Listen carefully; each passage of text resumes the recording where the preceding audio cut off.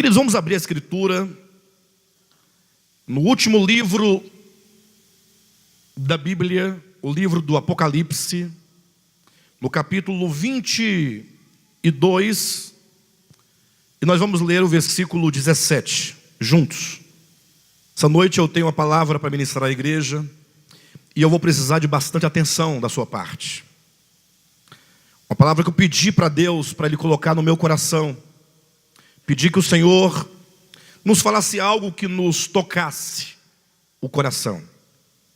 Pedi a Deus que Ele nos desse uma palavra que de alguma maneira pudesse sensibilizar o nosso ser, para nos motivar na caminhada cristã, para nos erguer, para, como diz no livro de Hebreus, firmar os nossos pés e joelhos trôpegos e firmar as mãos vacilantes. Eu digo isso porque nós, em nossa experiência, nós temos visto o quanto que esse século é perverso. Temos visto o quanto que vivemos num tempo em que supostamente há tantas coisas boas, como a facilidade de vida. Vivemos numa época e que, apesar de toda crise financeira, é muito mais fácil viver hoje do que viver há 20 anos, há 25 anos. Hoje nós temos acesso à informação, o celular está sempre ao lado, internet, não é? Ou seja, nós vivemos num mundo de facilidades, e isso tem nos tornado mais fracos em todos os aspectos.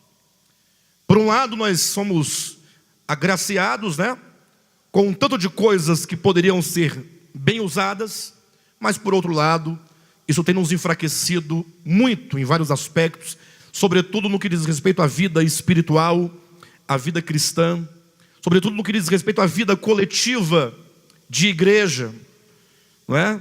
No sentido de nós valorizarmos a reunião com os irmãos, o estar com os irmãos, a adoração coletiva da igreja, a ministração da palavra de Deus ao nosso coração nos cultos da igreja. Nós temos experimentado o quanto que esse século nos afeta e nos tem afetado profundamente. Então eu orava a Deus dizendo: Senhor, nos diga algo que nos abra a visão espiritual, algo que seja não uma palavra de motivação, ou uma palavra de mera motivação pessoal, não é? Uma palavra de autoajuda, mas que fosse uma palavra que gerasse em nós uma visão, ou restaurasse a visão, para que essa visão nos governe, para que a visão da verdade nos conduza a um viver mais comprometido com a própria verdade, com Cristo e com a igreja. E o Senhor, portanto, me trouxe primeiramente para esse texto de Apocalipse capítulo 22, versículo 17, que fala sobre o clamor do Espírito e o clamor da noiva, razão porque o tema dessa mensagem que eu sugeri é simplesmente a noiva de Cristo. Eu quero que nós, essa noite, venhamos a refletir acerca daquilo que somos para Cristo, de acordo com o seu plano. Igreja enquanto a noiva de Cristo.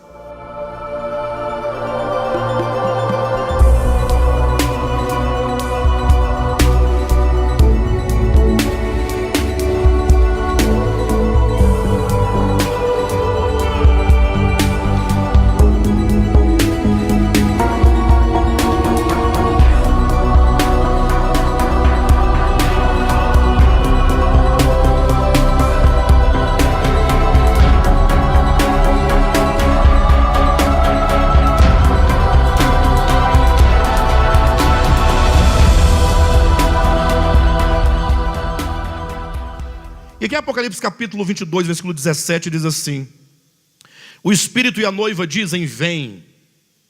Aquele que ouve, diga: vem. Aquele que tem sede, venha. E quem quiser, receba de graça a água da vida. O capítulo 22 de Apocalipse é um capítulo que serve de encerramento para toda a história revelada acerca de Deus com a sua criação, a história da queda do homem, a história da redenção da humanidade, e a história da redenção de todas as coisas, e a história da reconciliação de todas as coisas com Deus. Este capítulo é um capítulo que encerra, um capítulo muito bonito, os capítulos 21 e 22, quando João começa declarando: vi novo céu e nova terra, e declara então o momento em que todas as coisas estarão plenamente reconciliadas com Deus, mediante a obra de redenção de Jesus Cristo.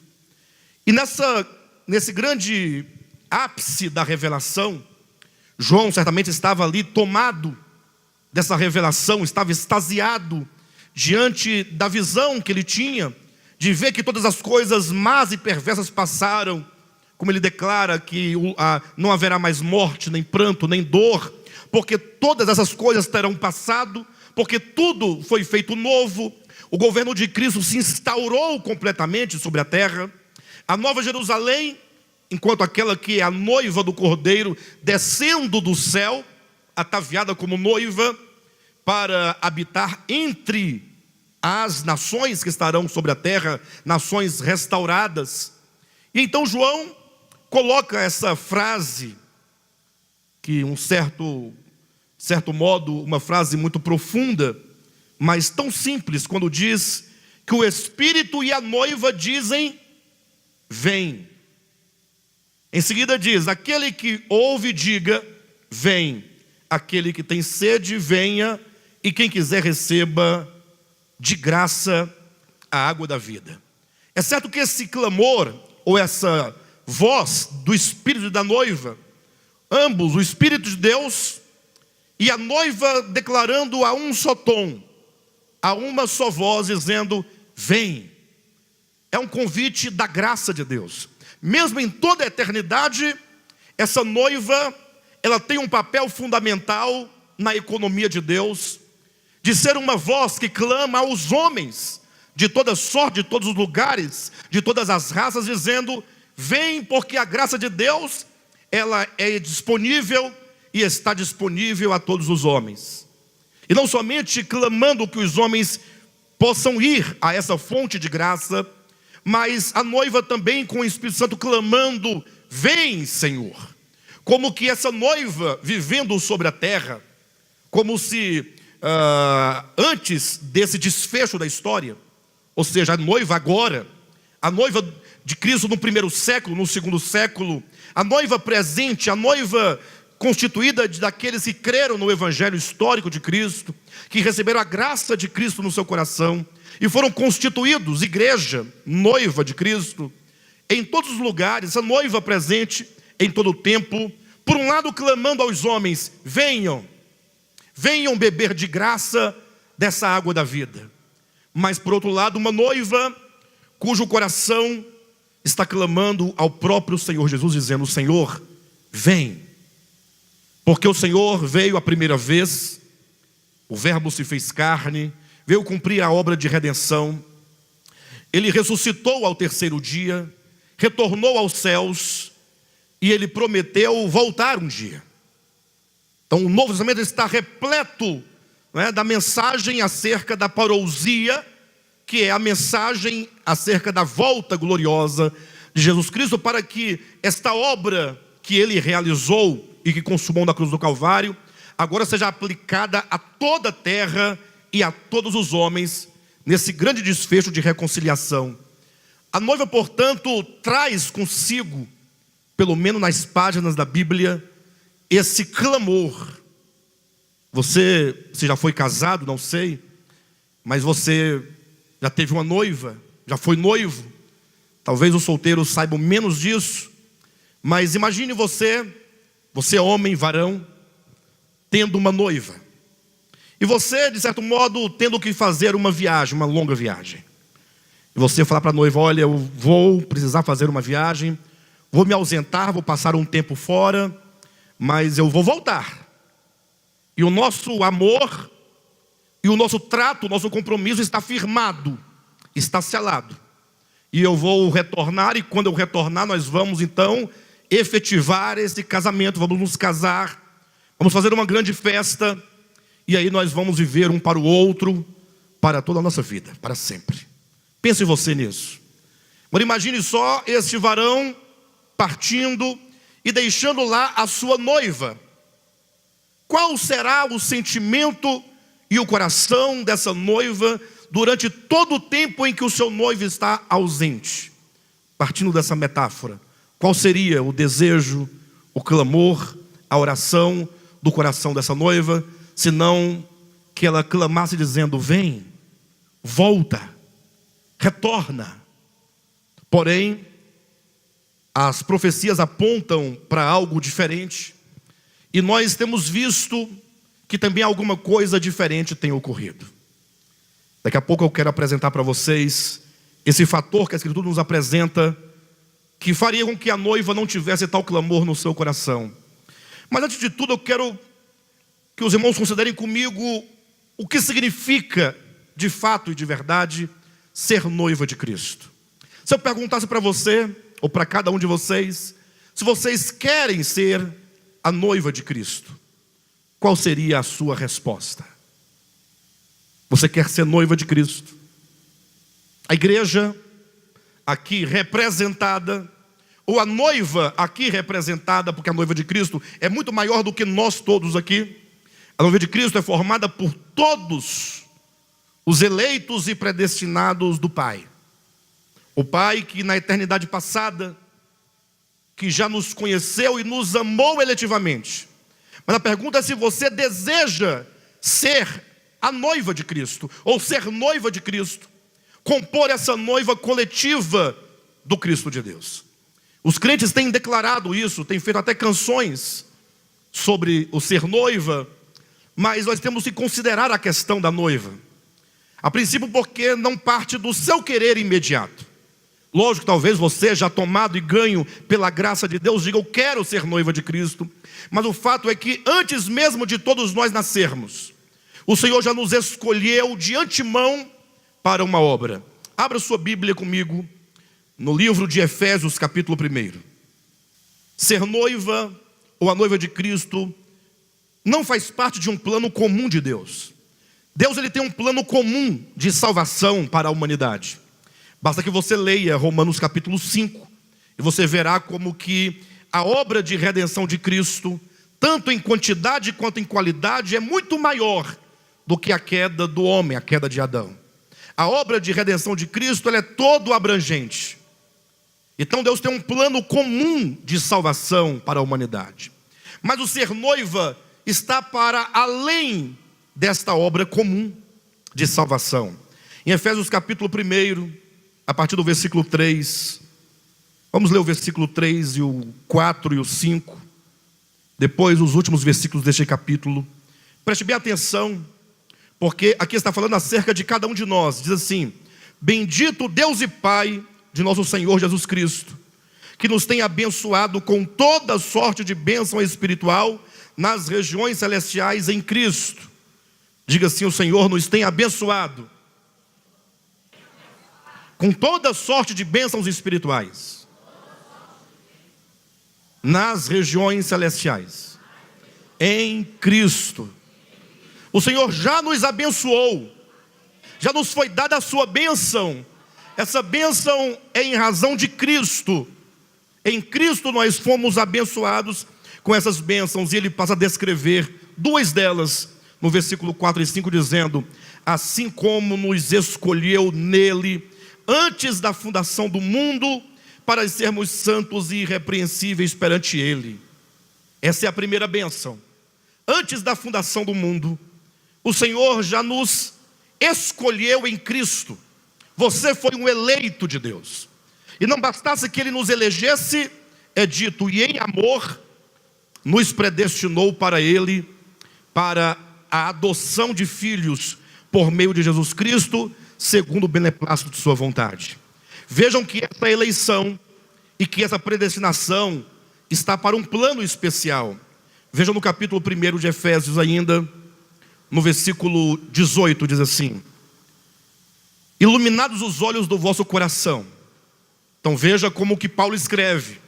Preste atenção. Primeiramente ele diz que o Senhor elegeu a cada um de nós e nos predestinou. A escolha de Deus, a eleição de Deus e a predestinação de Deus como sendo uma graça especial que Ele concedeu a nós por meio do Seu Filho. Agora é dito que é preciso que os olhos do nosso coração sejam abertos, porque muitas vezes se fala sobre predestinação, muitas vezes se prega sobre predestinação, até mesmo se discute teologicamente acerca de predestinação. Há aqueles que não acreditam na predestinação, há uns que acreditam de uma maneira equivocada, há outros que acreditam na predestinação de Deus, eleição e predestinação. Mas a despeito do quanto se discute o assunto, nós temos que sair do plano filosófico desta verdade, temos que sair do campo das discussões meramente humanas dessas verdades e pedir que o Senhor abra os olhos do nosso coração para que essa verdade traga um sentido real para a sua existência e para a sua vida e para o seu chamamento. Porque senão nós vamos ficar discutindo os méritos de uma doutrina que não nos faz melhor. A doutrina da predestinação não me faz melhor, senão que a compreensão que Deus me amou, senão a compreensão que Ele me conheceu e que me amando, sem nenhuma razão em mim mesmo, Ele disse: eu quero o Alexandre para constituir com outros irmãos, com a Vera, com a Silvia, com o Josué, com cada um de nós aqui, e com outros irmãos que vieram antes de nós, e outros que não congregam conosco, e outros que estão em outros ministérios, e ainda outros que virão posteriormente. O Senhor escolheu para um plano especial. Por isso que é dito que é preciso que sejam abertos os olhos do coração. Temos que ouvir essa mensagem dizendo: Senhor, abra os olhos do meu coração. Que a treva da ignorância, do pecado, as trevas desse século, que todas as facilidades dessa vida, a incredulidade, os sofismas, sejam anulados pelo poder da tua luz, que abrindo os olhos do meu coração, me faz ver a grandiosidade da misericórdia que coube a mim, porque Ele me amou, Ele me escolheu e Ele me predestinou. Daí nós não precisaremos discutir essa doutrina. Você não precisa criar inimizade com o irmão que não crê nesta verdade, desde que você tenha a convicção não de uma mera doutrina, mas de um fato que o Senhor te escolheu. Se isso não te constranger, o fato de Ele ter te elegido e te ter predestinado, sendo que você não tem nada que possa convencê-lo disso, mas Ele o fez simplesmente porque Ele nos amou incondicionalmente, nada mais resolverá o seu problema. Não adianta fazer festividades, fazer festas na igreja, se o amor de Cristo não nos constranger. Veja o versículo 18: abrindo os olhos do vosso coração para saberdes qual é a esperança do seu chamamento, qual a riqueza da glória da sua herança nos santos, e qual a suprema grandeza do seu poder para com os que cremos, segundo a eficácia da força do seu poder. Aí veja a união, porque até agora é dizendo que os seus olhos sejam abertos, que os meus olhos sejam abertos. Para quê? Para que você entenda o seu chamamento, para que você entenda que você não é um mero salvo. Glória a Deus pela salvação, mas muito mais do que salvação, Ele quer algo de você. Ele quer se relacionar com você dentro de um plano especial. Então logo Ele fala acerca dessa visão espiritual, Ele diz: o qual, versículo 20, exerceu Ele em Cristo. De repente Paulo para de falar daquilo que deve acontecer no nosso coração, que é essa revelação, para falar de Cristo. Será que ele mudou o assunto? ou ele está dando continuidade? O versículo 20 diz o qual o quê? O que é esse o qual? A que se refere este pronome? Ao poder.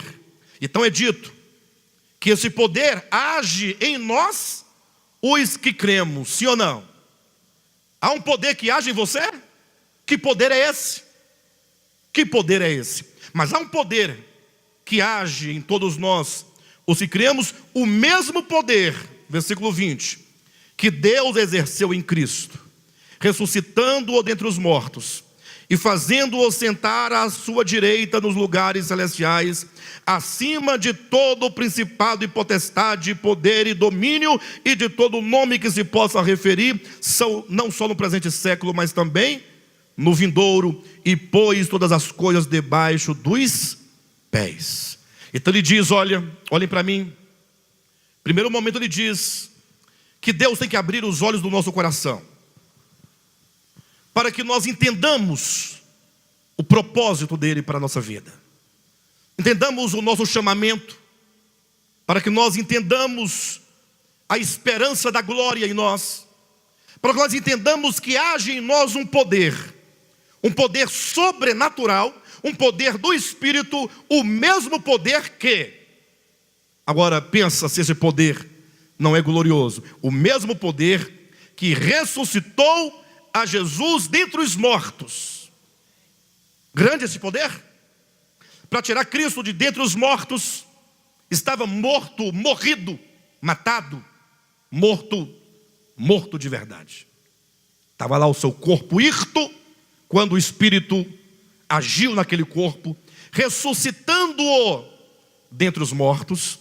Mas não para por aí. E fazendo-o sentar à sua direita nos lugares celestiais. Então é o poder da ressurreição e o poder da ascensão. O Senhor, ele ressuscitou e ele ascendeu. Mas não foi qualquer ascensão.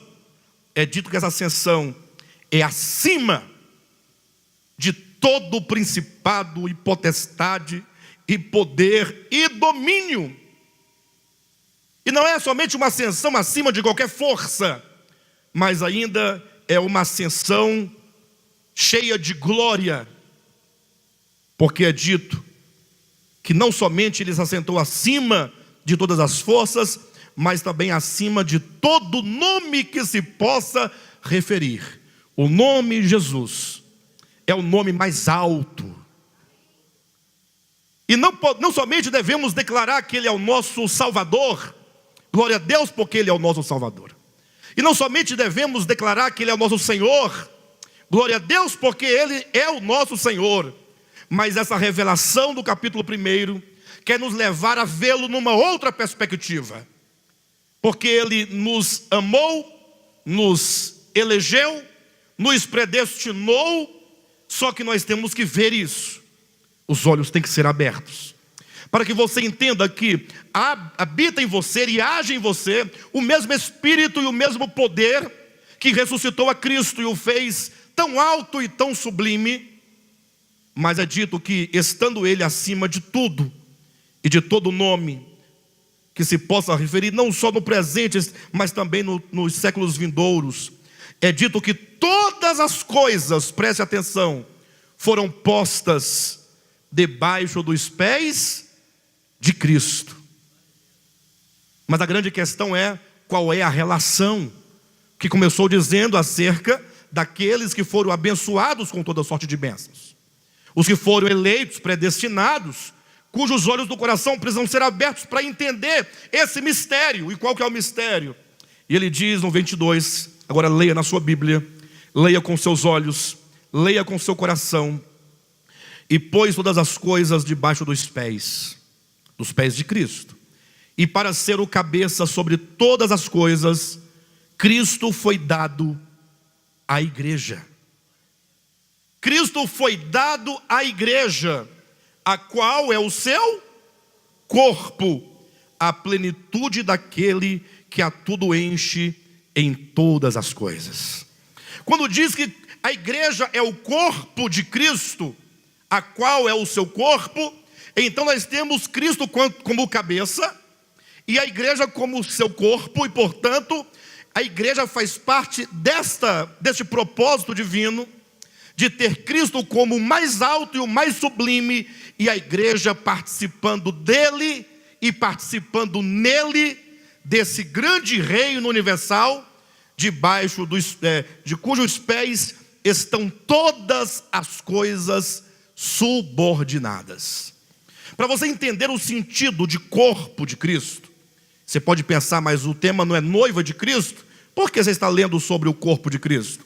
Basta que você leia Gênesis capítulo 2, porque lá, o Senhor, usando de metáforas, Ele vai nos apontar exatamente qual o segredo de a igreja, enquanto o corpo de Cristo, ser a sua noiva. Diz que Deus criou o homem do pó da terra, soprou nas narinas o fôlego de vida. Lá estava o homem bonito, estava corado, vivo. E então é dito que o Senhor mandou trazer todos os animais que passavam diante, cada casal de animais diante do homem, de Adão, para que ele pusesse nome nos animais. Mas isso é uma pedagogia, é um ensinamento, de maneira que o homem ia colocando os nomes nos animais, e ele foi observando que cada animal macho tinha uma correspondente sua, tinha uma fêmea, que eles eram parecidos, que eles tinham identidade de naturezas, identidade de essência, e com isso ele foi surgindo, nascendo no coração de Adão o desejo de ter também uma auxiliadora, uma cooperadora, uma noiva, uma esposa, mas que fosse da sua mesma natureza. Vocês conhecem bem a história. É dito que ao final daquela bicharada toda, o texto bíblico diz: para o homem, todavia, não se achava uma auxiliadora que lhe fosse idônea. Ou seja, para o homem, todavia, dentre todos aqueles seres, aqueles animais, não havia uma auxiliadora da sua mesma natureza, da sua mesma essência, que fizesse parte do seu próprio ser. Não tinha. Por isso é dito que Deus fez o homem dormir com pesado sono, para dele, do seu lado, do seu corpo, fazer uma noiva para si. Imagine Adão, quando acordou, despertou do sono, lembrou do anseio do coração, o desejo de amar e de ser amado. O amor puro, singelo, abraçar, se unir, ser verdadeiramente uma só carne com a sua noiva, sua esposa, sua parceira. E quando ele olha para o lado, que ele vê aquela Evona, eu ouvi um glória a Deus. Glória a Deus, ué. Eu não estou recriminando ninguém. É porque eu ouvi um glória a Deus tão gostoso.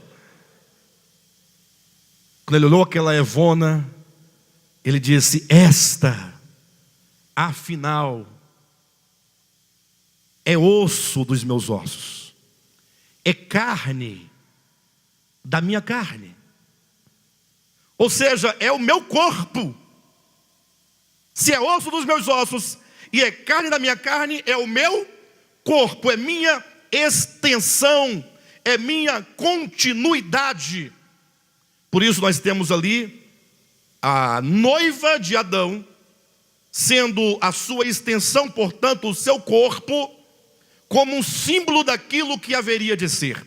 Abra sua Bíblia em Efésios capítulo 5, 31 e 32. Eis que deixará o homem a seu pai e a sua mãe, e se unirá à sua mulher, e se tornarão os dois uma só carne. Todos já ouviram isso aqui, né? Em missa de casamento, ou em culto de casamento, tem que ler esse versículo. Não adianta, tem que ler. Só que aí Paulo, ele agrega um significado. Versículo 32. Grande é este mistério. Então eu vou ler novamente o 31. E quando eu acabar, eu quero que vocês falem com a boca bem cheia. Grande é este mistério. Beleza? Eis que deixará o homem a seu pai e a sua mãe, e se unirá à sua mulher, e se tornarão os dois uma só carne. Grande é esse mistério. Há um mistério nisso. Quando você olha para um homem e uma mulher que se uniram, se tornaram ali uma só carne, é um mistério. Guarda numa relação tão banal no sentido de que há casamento, para onde você olha tem um casal, mas em cada um deles ali há latente um sentido espiritual, que Paulo diz, isso é um grande mistério. E ele continua dizendo, mas eu me refiro a Cristo e à igreja. Então quando você foi se casar, Cadmo, você foi lá no Maranhão, mas você encontrou ela onde? Então, o que eu estou falando? Você foi ao Maranhão, estava lá, solteiro, bonito, novo.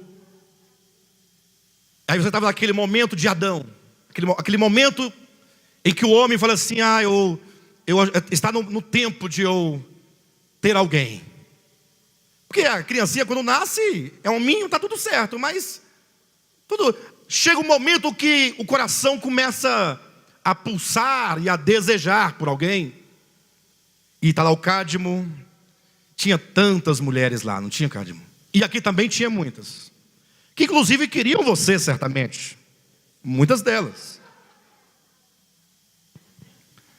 E você talvez até tenha tentado com uma, com outra, namorou, não rolou. Os jovens hoje em dia falam que não teve química, né?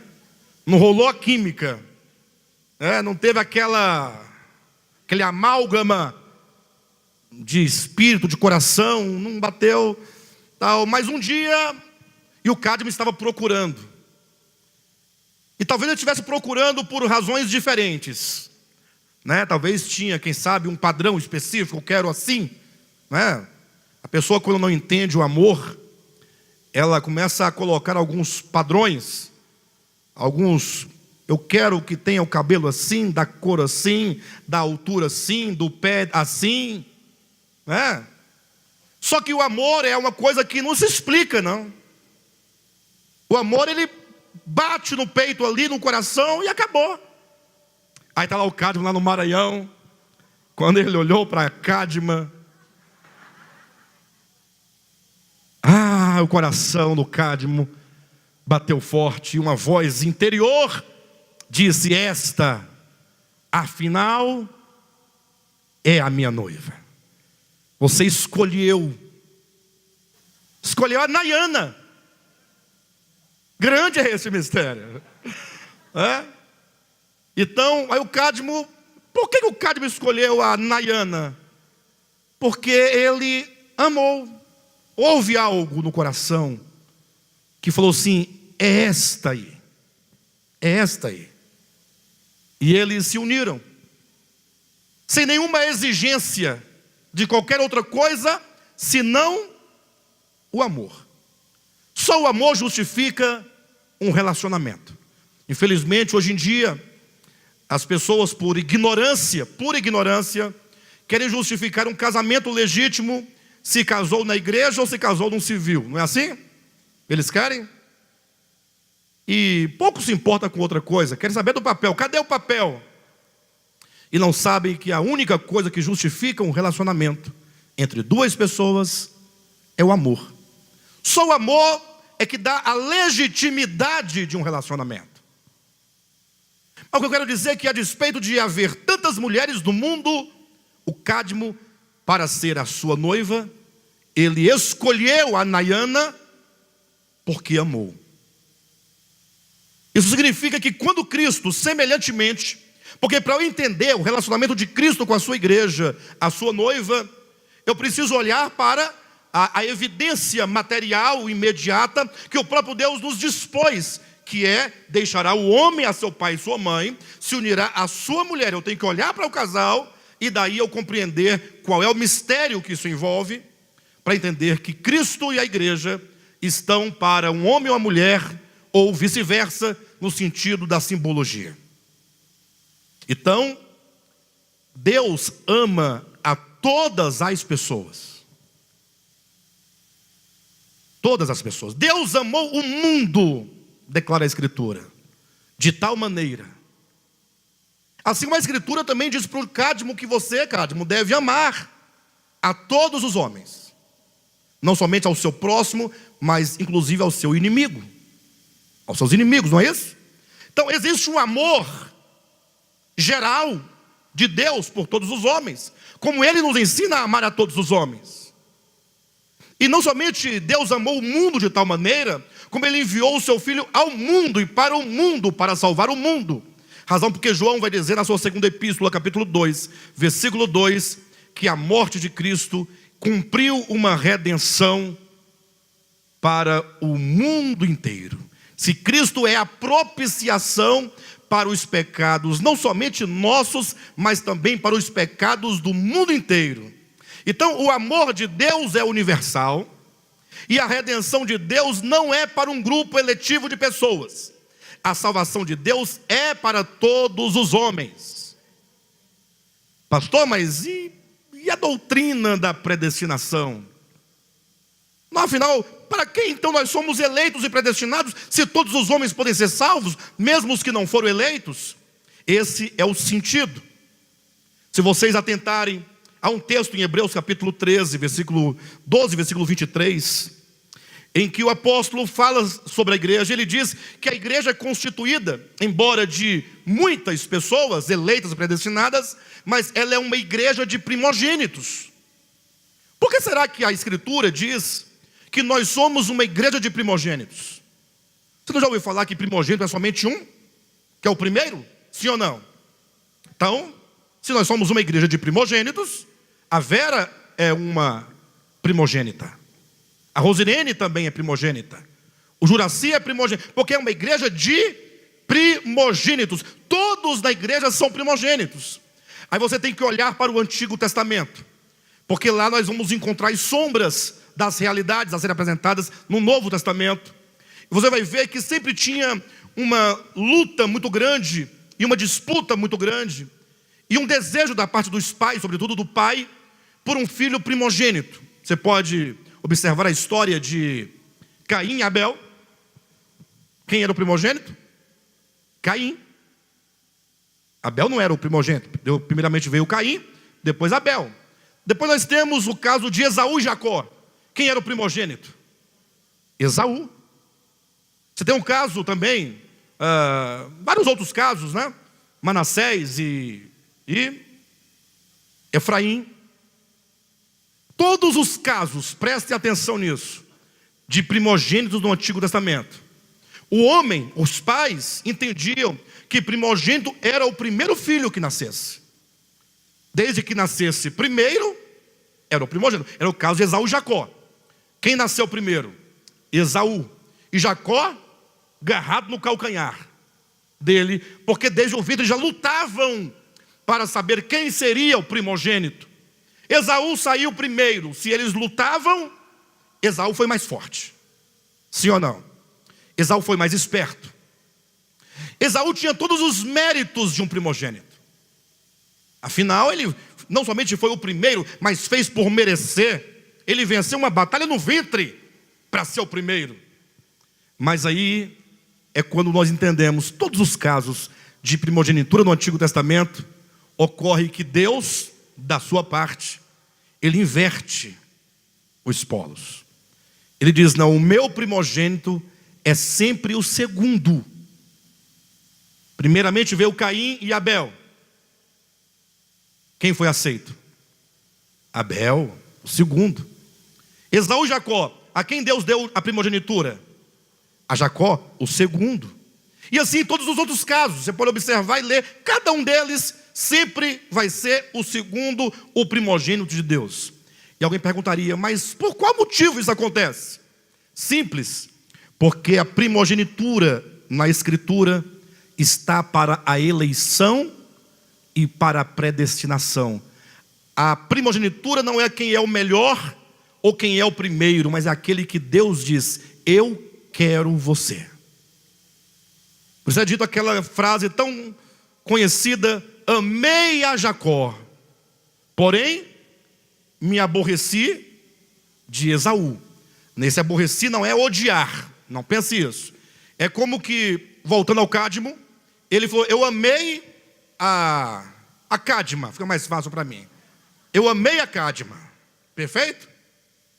E do momento que você amou a Cadma, você deve aborrecer a todas as outras mulheres. Aborrecer no sentido de não desejar as outras por mulher sua, porque você tem uma noiva, você tem uma esposa, e essa esposa é fruto de um amor da sua escolha, um amor eletivo. Por isso que, sendo a primogenitura, não aquele que nasce primeiro, mas para Deus a primogenitura ou o primogênito é aquele que Ele escolhe. Então, se nós somos escolhidos de Deus, diz em Hebreus 12, 23, nós somos igreja de primogênitos. E Tiago vai dizer que nós somos as primícias da sua criação. Tiago capítulo 1, versículo 18. Ele nos constituiu as suas primícias, nos constituiu o seu primogênito. Noiva não é algo que se entrega, que se dá. Eu sei que antigamente, por razões diversas, os pais escolhiam a noiva para o filho. Os casamentos arranjados, sim ou não? Casamento arranjado. Mas o homem foi crescendo e foi abandonando essas coisas, e foi compreendendo que o casamento é uma escolha que se faz a partir do amor. Deus amou todas as pessoas, como nos ensina a amar todas as pessoas. E esse amor o levou à obra de redenção por toda a humanidade. Porém, Ele sentiu no coração por você, de maneira especial, um amor diferente. Com o seu amor de redenção, redimiu os homens. Mas com o amor daquele que busca para si uma noiva, Ele te escolheu. Então você é alvo de um amor eletivo de Deus. É o que está em Romanos capítulo 8, versículo 29. Quando diz, e aos que de antemão conheceu, também os predestinou. Esse termo conhecer, aqui, esse verbo, aos que de antemão conheceu, deve ser interpretado de maneira legítima por todo o Novo Testamento, e mesmo o Antigo Testamento, como, e aos que de antemão Ele amou eletivamente. É um amor especial, é um amor de escolha.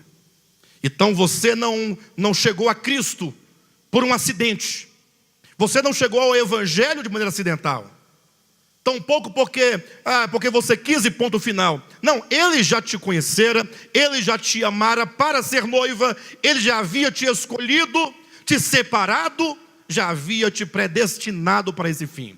Então você faz parte de uma obra especial de Deus, faz parte de um projeto especial de Deus.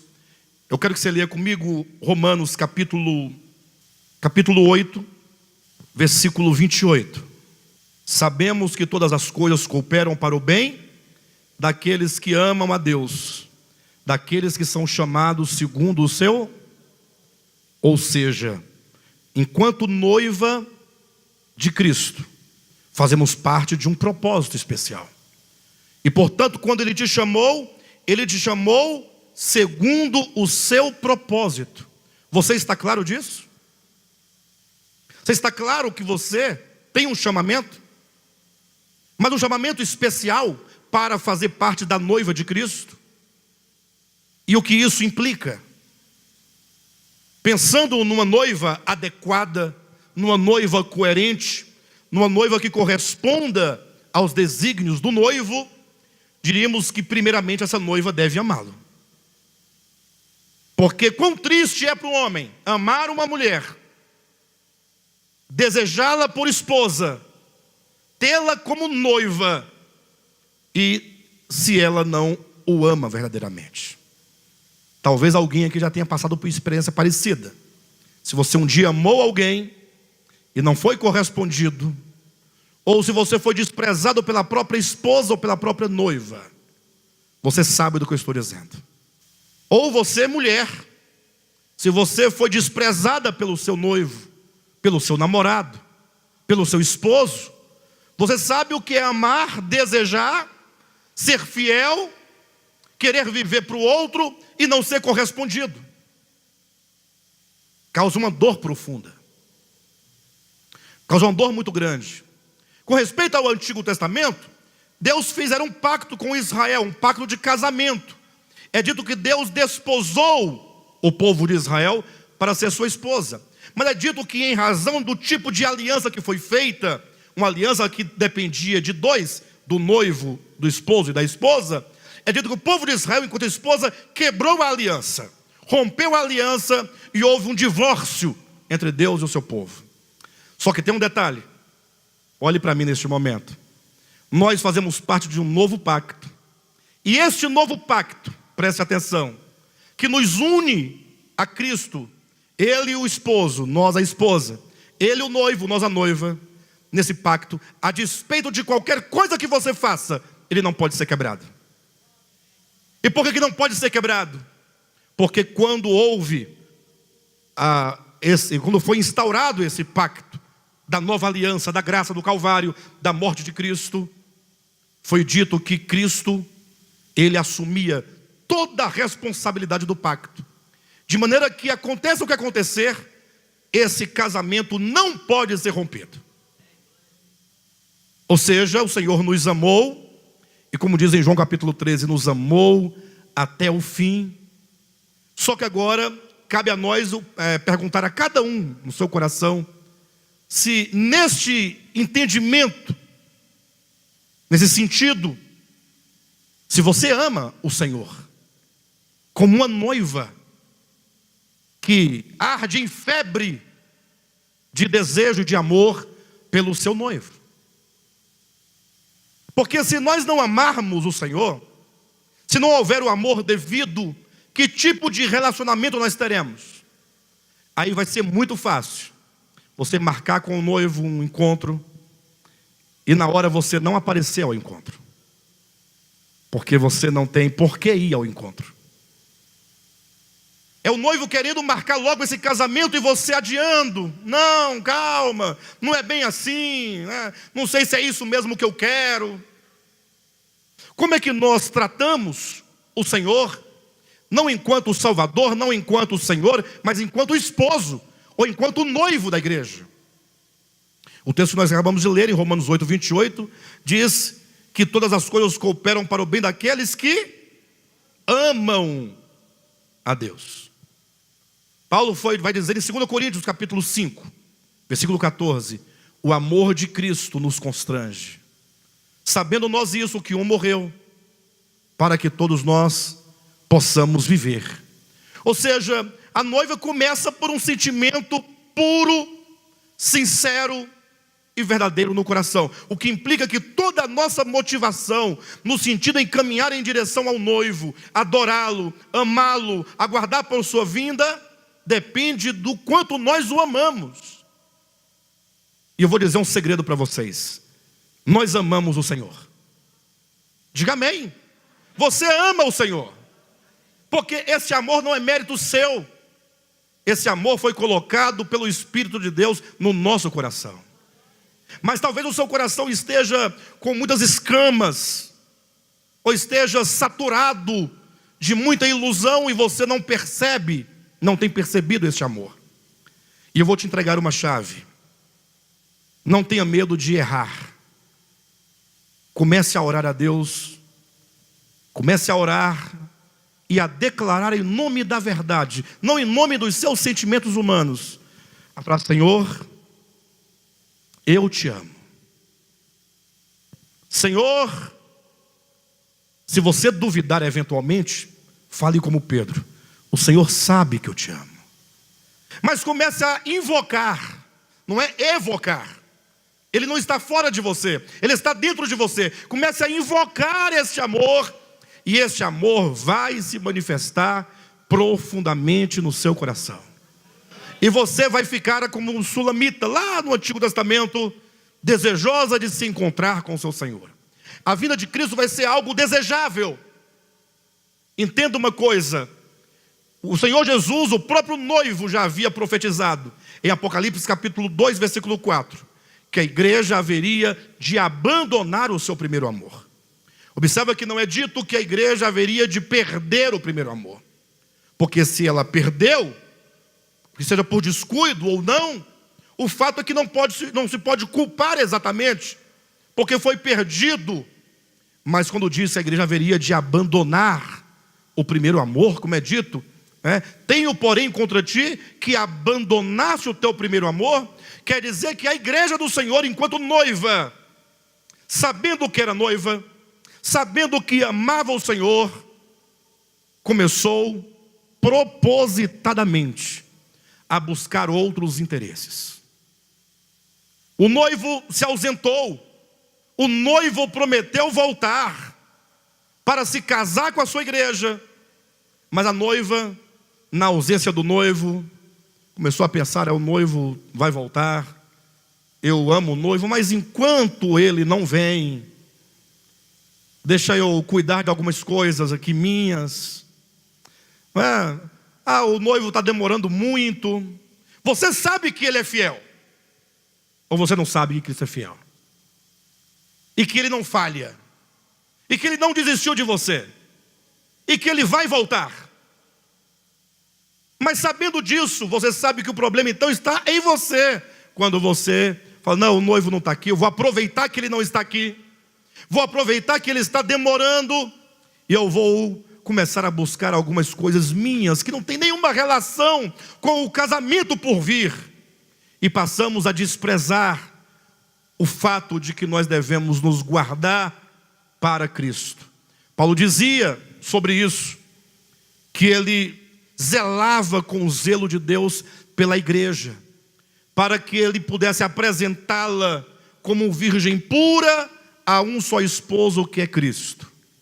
Porém ele diz: mas eu receio. Preste atenção, igreja. Eu receio. Eu me refiro a 2 Coríntios capítulo 11, versículos 3 e 4. Ele diz: olha, eu estou zelando por vocês com o zelo de Deus, para que na sua vinda vocês estejam como virgens puras, aguardando pelo noivo. Porém, diz o apóstolo, eu receio. Paulo tinha um receio. Esse ministério tem esse receio. Qual receio?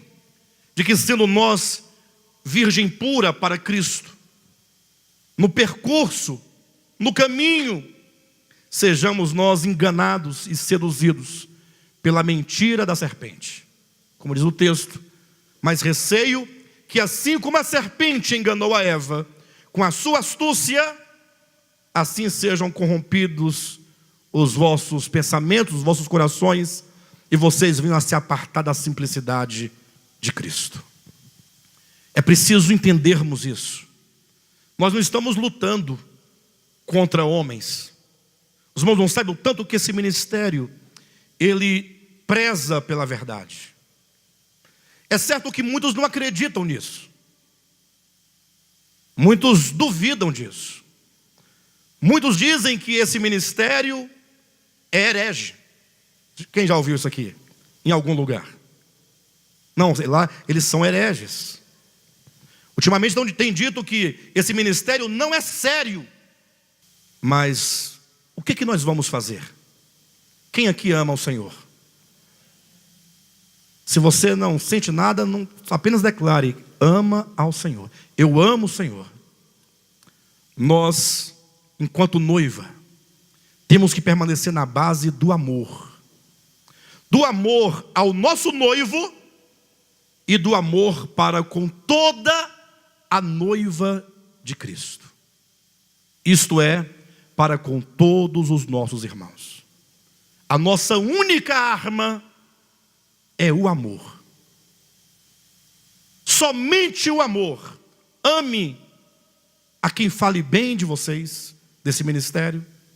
Ame aqueles que criticam. Ame aqueles que falam mal. Eu vou pedir uma coisa para todos vocês: não lutem com nenhuma arma carnal, em nome de Jesus. Vamos nos posicionar na base do amor, amando ao nosso noivo que é Cristo, e amando toda a noiva de Cristo, e orando por ela, porque a noiva de Cristo somos nós que aqui estamos, e são todos os filhos de Deus, a quem Ele próprio elegeu e Ele próprio predestinou. Quem sou eu para dizer contra alguém que Cristo, o próprio Cristo escolheu? Sim ou não? E quando Cristo me escolheu, Ele não sabia das minhas faltas? Ele não sabia dos meus erros? Das minhas dificuldades? Mas Ele não me amou a si mesmo? E o seu amor não foi maior do que as minhas fraquezas? Então nós não podemos olhar para a fraqueza, nem nossa nem de ninguém, mas amar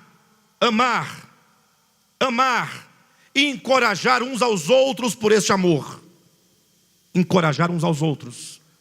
Irmãos, precisamos amar, e esse amor precisa ser manifestado. Ocorre que a profecia sinalizava: tenho, porém, contra ti que abandonaste o teu primeiro amor. Lembra-te, pois, de onde caíste. Isso é o noivo que está dizendo para nós. Parece que o noivo olhando, viu, no eixo da história, profeticamente, ele viu a sua noiva, portanto ele viu você. E ele viu que você se perdeu ao longo do caminho, que os interesses espirituais se perderam ao longo do caminho, que outras coisas passaram a ocupar o seu coração, que coisas mundanas, seculares, começaram a ocupar o lugar de Cristo. E por mais que você o ame, você já não sente mais tal amor, esse amor já não aquece mais você. E você próprio pode reconhecer: pastor, eu estou numa situação difícil, mas o que fazer diante disso? Para você se encorajar e começar a clamar juntamente com o Espírito: vem, Senhor Jesus. Maranata, vem, Senhor Jesus. O que fazer? Jesus diz: lembra-te. Lembra-te. É hora de recordar. É momento de você considerar e reconsiderar toda a sua vida. O que tem acontecido comigo? Por que eu estou em tal situação? Quais são os valores que foram substituídos por outros a que eu chamo de valores? E ele diz: lembra-te, pois, de onde caíste. Arrepende-te. O arrependimento é uma mudança no entendimento. E volta à prática das primeiras obras. Há um convite. Porque quando o seu coração estiver totalmente nesse sentido do Senhor e do seu reino, da sua vinda, você vai ter um sentimento que não é amor carnal, como uma mulher apaixonada, um homem apaixonado, fica lá chorando, ele não vem, não chega. Não, o amor pelo nosso noivo, pela sua vinda e pelo seu reino, se manifesta em forma de oração. Quando diz: quando orardes, orareis assim. Aqui está o sentimento de amor da noiva. Porque se você ora de verdade, dizendo: Pai nosso que estás nos céus, se você ora que o teu nome seja santificado, veja o que você está buscando. O coração da noiva busca pela santificação do nome de Deus na sua vida e no universo.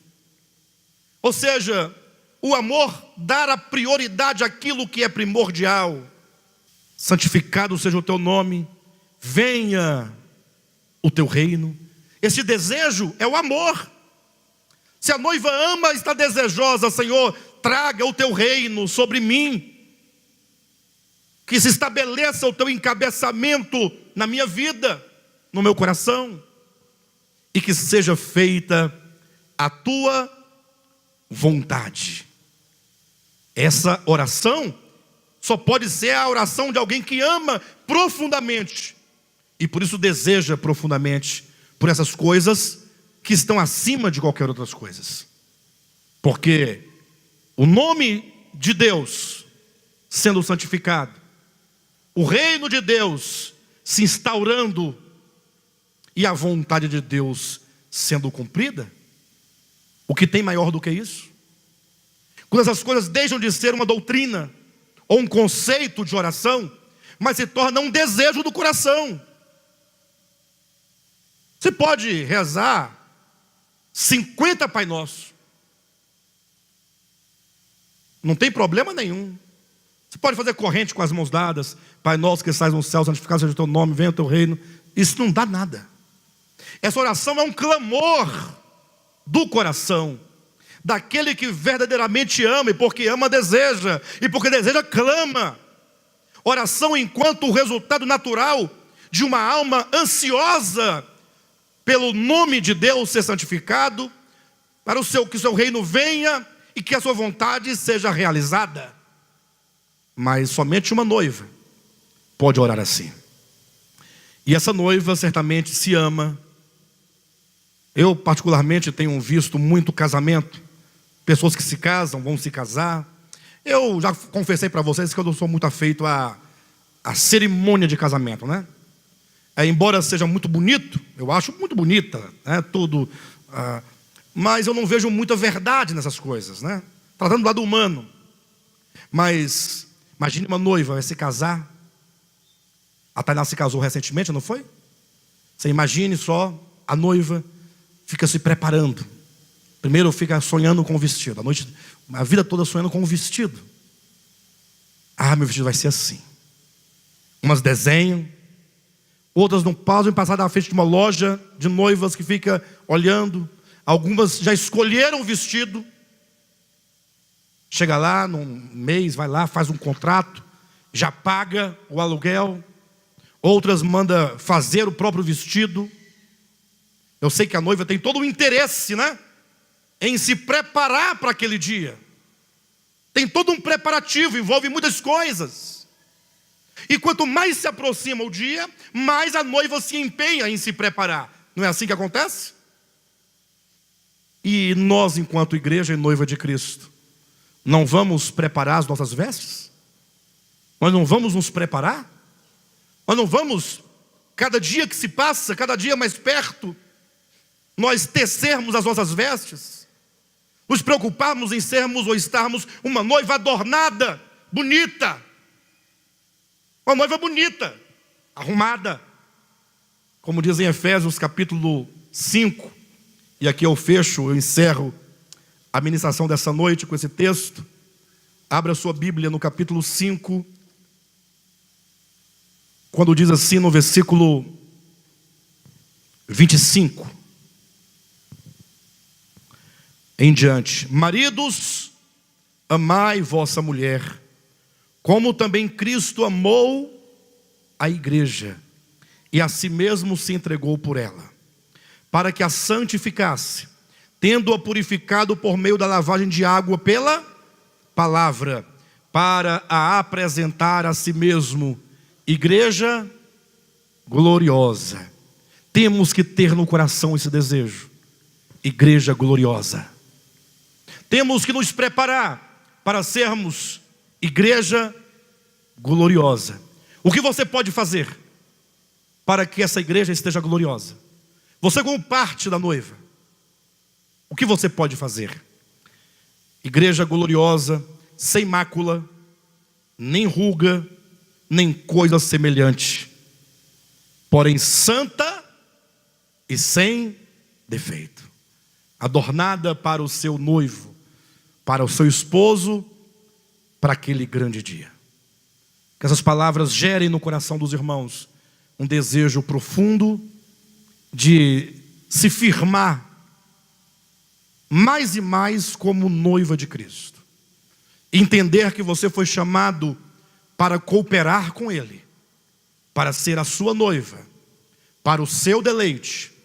E que embora você seja salvo, como muitos homens na terra serão salvos, você faz parte de um povo eleito a partir de um amor eletivo.